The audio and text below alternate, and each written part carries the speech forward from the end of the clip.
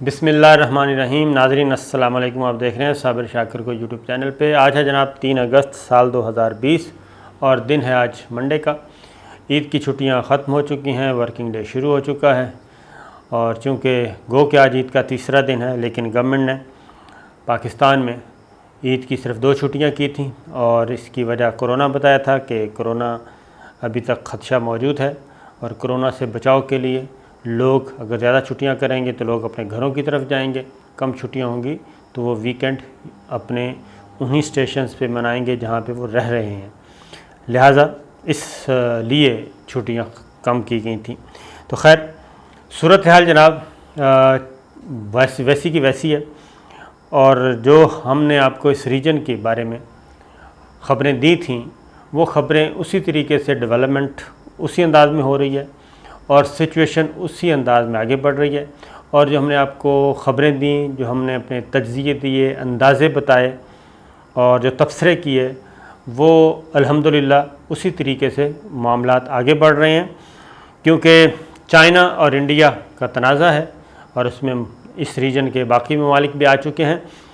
China बदस्तूर अपनी बात पर कायम है। हमने पिछली वीडियो में बताया था कि चाइना ने उत्तराखंड जो है उस वहाँ पे भी अपनी फ़ौजें उतार दी हैं और बजाय इसके कि गोलवान वैली से और वहाँ से पीछे हटाई जाती, लद्दाख से जो 3-4 पॉइंट्स हैं, अहम 3 पॉइंट्स हैं, पेंगोंग टिस्सू है और गोलवान है और इसी तरीके से लद्दाख की बाउंड्री जितनी भी है वहाँ पे जितने भी मामलात किए हुए हैं, चाइना अपने बदस्तूर अपनी स्ट्रेंथ बढ़ा रहा है।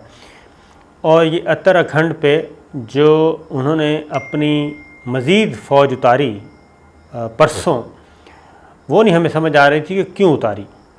और अब आज मुज़ाकरात हुए, यानी कि कल इतवार के रोज़ मुज़ाकरात होने थे चाइनीज़ और इंडियन मिलिट्री लीडरशिप के दरमियान।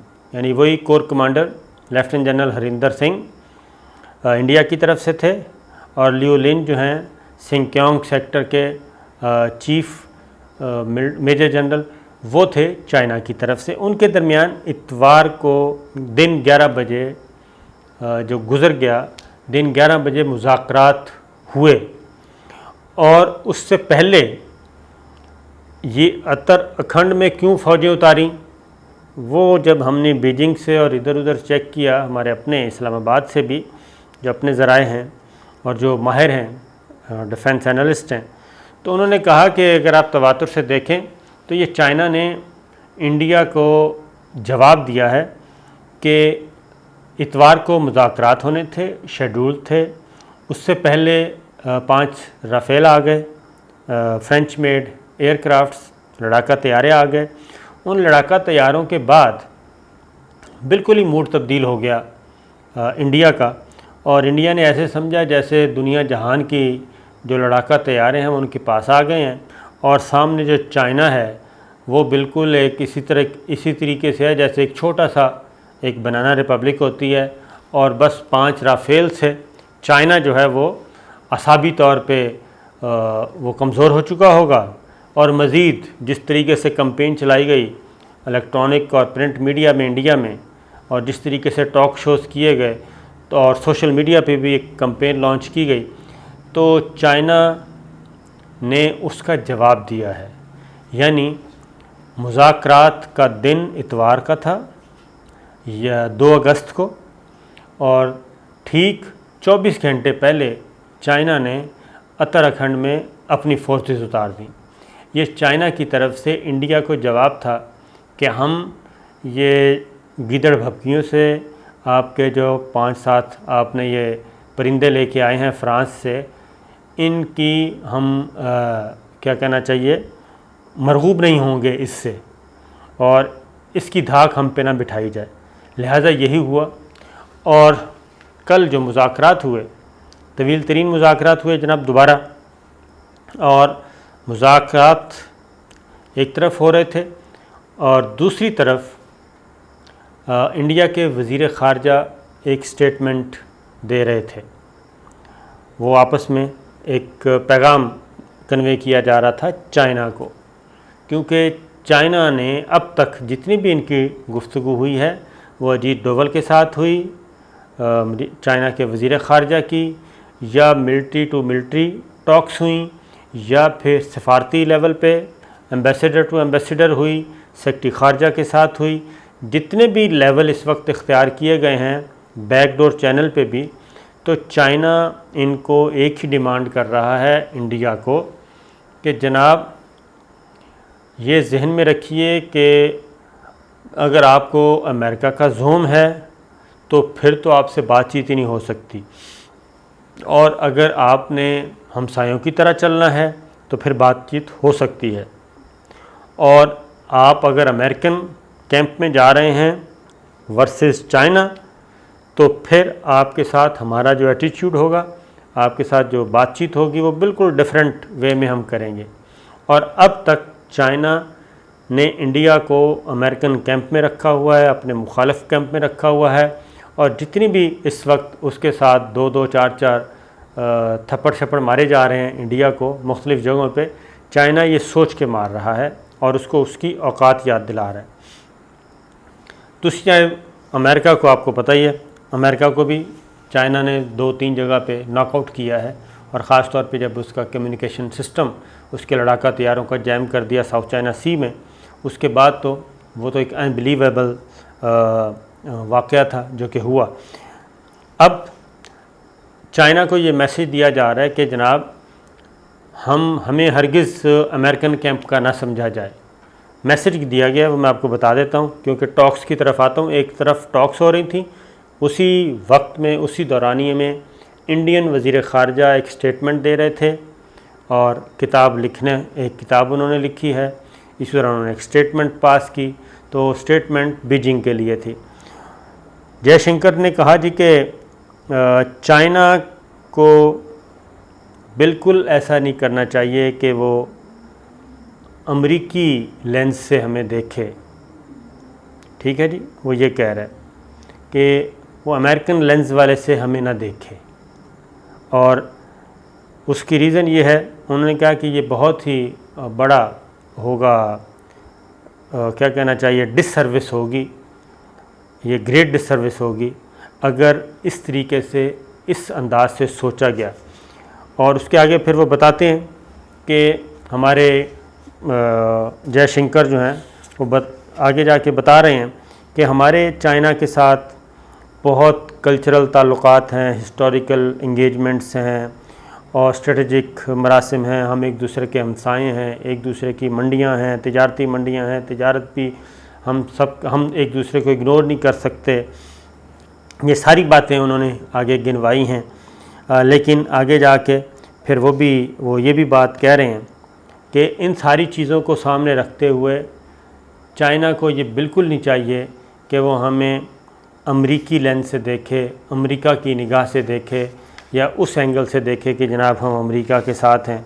उन्होंने कहा कि हमारे जो चाइना के साथ ताल्लुकात हैं वो बिल्कुल डिफरेंट नौइयत के हैं, यानी कि एहसानात भी जितवाने की कोशिश की और राम करने की कोशिश की है कि ये तासुर हमारे बारे में आप ख़त्म कर दें। लेकिन ये तासुर एक्चुअल ख़त्म हो नहीं सकता, और इसलिए नहीं हो सकता कि ये सारी जो प्लानिंग इंडिया ने की और हिम्मत इतनी करने की कोशिश की कि चाइना के साथ भी एक ख्वाब देखा, और बहुत बड़ा ख्वाब देखा, और वो ख्वाब अकेले बंदा देख नहीं सकता जब तक कि पीछे कोई गुरु ना हो। तो इंडिया ने जो ख्वाब देखे थे वो उनके पीछे गुरु था जी अमेरिका, और अमेरिका की आशीर्वाद भी वो कर रहे थे, और उनका वही प्लान वही था जो मैं आपको बता चुका हूँ कि सी पैक को सबोटाश करना है, गिलगित बल्तिस्तान को अलग करना है, और शहरा कराक्रम पे कंट्रोल हासिल करना है। इस तरीके थे दीवानों के ख्वाब थे। खैर, अब आते हैं जनाब मुज़ाकरात कल जो हुए हैं, वो मुज़ाकरात पे दोनों टीमें, दोनों ममालिक, दोनों कमांडर जो हैं, ये 5th राउंड था मुज़ाकरात का कमांडर्स के लेवल पे। इससे पहले अजीत डोवल और चीन के वज़ीर ख़ारजा इनके दरमियान भी हो चुकी हैं, राजनाथ सिंह भी ट्राई कर चुके हैं, और रशिया के ज़रिए भी बातचीत हो चुकी है और थर्ड पार्टी के ज़रिए भी कोशिश की गई, लेकिन अभी तक ग्राउंड पे टस से मस नहीं हुआ। और चाइना ने जो पोजीशनें संभाल ली हैं, जो इलाका कब्ज़े में कर लिया है, उसमें से 1 इंच भी वापस नहीं की। और ये जो कल मुज़ाकरात हुए उसमें भी 5वां दौर था ये मुज़ाकरात का, और उसमें इंडिया ने फिर एक बार ये डिमांड की कि जनाब लाइन ऑफ एक्चुअल कंट्रोल का पुराना स्टेटस जो है वो बहाल किया जाए और चाइनीज़ ट्रूप्स जो हैं वो वापस अपनी पोजीशनों पे जाएं, और जो इंफ्रास्ट्रक्चर है जो तामीर किया जा रहा है या तामीर किया गया है इसको यहाँ से ख़त्म किया जाए, और गश्त जो है वो फिंगर 4 से फिंगर 8 तक इंडिया को इजाज़त दी जाए। ये सारे उन्होंने डिमांड दोबारा रखी। चीन की तरफ से ये कहा गया कि ऐसा कुछ नहीं होगा। मैं आपको अगेन बता रहा हूँ कि चाइना ने कहा है कि जनाब ऐसा कुछ नहीं होगा, बल्कि चाइना ने एक बार फिर इंडियन लेफ्टिनेंट जनरल को एक चार्टर ऑफ डिमांड दिया है, डिमांड लिस्ट दी है कि जनाब ये हमारी डिमांड्स हैं, पहले इनको क्लियर करें और उसके बाद कोई बात हो सकेगी। और पैरेलल मैं आपको बता रहा हूँ कि इस वक्त इस राउंड में 5th राउंड जो कल हुआ, इसमें चाइना का रवैया, चाइना का एटीट्यूड पहले से ज़्यादा सख्त था। ये मैं आपको बता रहा हूँ क्योंकि वो जो हरिंदर सिंह थे वो ज़रा राफेल तैयारों पे ख्याली तौर पे सवार होके गए थे, और उसकी अब साथ साथ ये पैरेलल दोनों तरह के मैसेजेस दिए जा रहे हैं। और ये एक्स एयर चीफ इनके हैं जनाब, farmer chief of air staff India के, उनका भी एक इंटरव्यू आया है राफेल के बाद। उन्होंने भी ये अच्छा ये कौन है जनाब, ये मैं आपको बता देता हूँ। ये चीफ मार्शल जो हैं, chief of air staff air chief marshal mister BS Dhanoa, spelling जो भी लिखे हैं उसके मुताबिक। तो धनोआ साहब कौन थे जी? धनोआ साहब थे बालाकोट के आर्किटेक्ट, जो हम पे एक बहुत बड़ा सर्जिकल स्ट्राइक किया जिसमें हमारे 1-2 दरख्त शहीद हुए थे और 1 कौवा गालिबन वो जाँ बहक हुआ था हमारा, और पाक धरती का कौवा जी वो चला गया था। तो ये टोटल नुकसान हुआ था और ये उसके आर्किटेक्ट हैं। अब ये क्या कह रहे हैं? अब ये कह रहे हैं कि राफेल चूँकि आ गया है, और अब ये 5 राफेल की वजह से कह रहे हैं कि तिब्बत बॉर्डर पे अगर लड़ाई होती है ना हमारी चाइना के साथ, तिब्बत बॉर्डर पे जहन में रखिएगा कि तिब्बत बॉर्डर पे लड़ाई होती है तो फिर हमारा पलड़ा भारी है चाइना पे। और फिर एक और बात भी करते हैं, कहते हैं कि अब अगर लड़ाई अगर 27 फरवरी को राफेल होता ना तो हमारे 2 तैयारे ना गिरते और हम पाकिस्तान से शिकस्त ना खाते। आज इन्होंने ये शिकस्त तस्लीम कर ली है अमली तौर पे कि 27 फरवरी को अगर ये होते राफेल तो हमें ये शिकस्त ना होती, हमारे तैयारे ना गिरते। और अगली बात, बड़ी पते की बात इन्होंने की है, कहते हैं राफेल की एक खूबी है वो ये है कि अब अगर कोई हो तो राफेल जो है ना इंडिया की हदूद में रहते हुए ही पाकिस्तान की हदूद में S-400 के ज़रिए वो कर सकता है, पाकिस्तानी एयरक्राफ्ट को गिरा सकता है।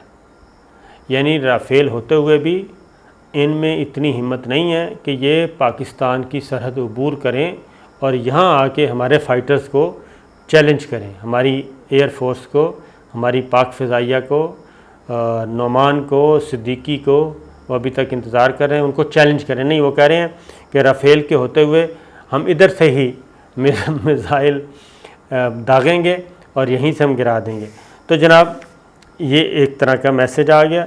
अब ये जो टॉक्स का एंड है, जो हुआ टॉक्स चाइना और इंडिया के मुज़ाकरात हुए, उसका सिचुएशन ये है कि चाइना ने ये बिल्कुल कैटेगोरिकली वाज़े कर दिया है कि हम यहीं पर हैं, हम यहाँ से वापस नहीं जा रहे, जो रियायतें हमने आपको देनी थी वो दे दी।